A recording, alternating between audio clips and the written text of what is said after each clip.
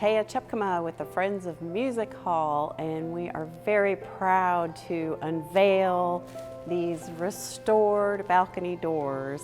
They are from 1878 and they are solid old growth pine with an oak veneer on top, and they were lovingly restored by Architectural Reclamation in Franklin, Ohio.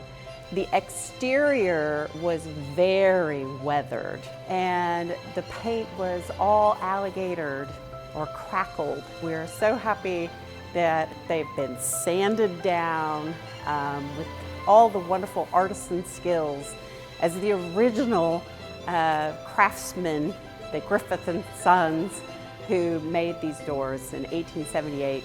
Hello, I'm David Osborn, and this is my brother Peter.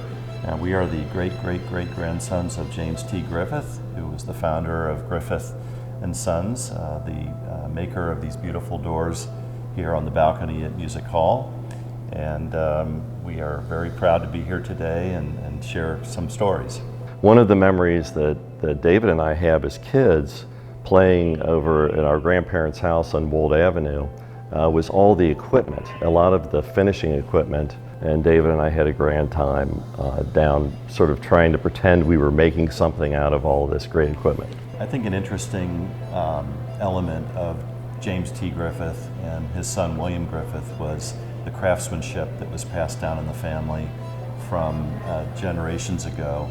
These beautiful doors were made at a time before industrial machinery and industrial automation.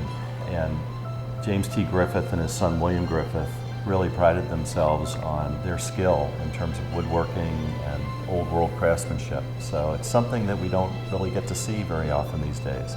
But another example of how special Music Hall is in our city. It's really a gem.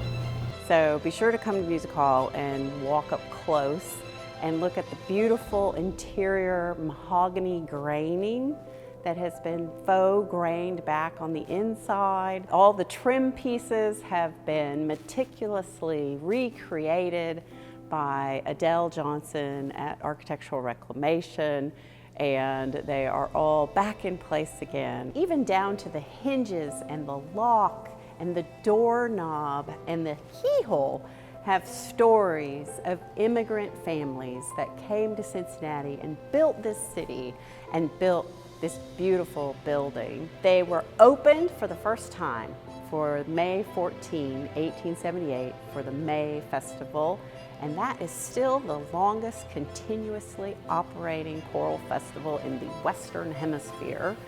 People sitting in there for concerts and events could walk through those doors and have an intermission out on those balconies. But today we open those doors every May at the first day to celebrate the opening of the May Festival. And that is when the herald trumpeters walk out onto the balcony and play a few fanfares to everyone standing in the park and everyone on Elm Street entering the building.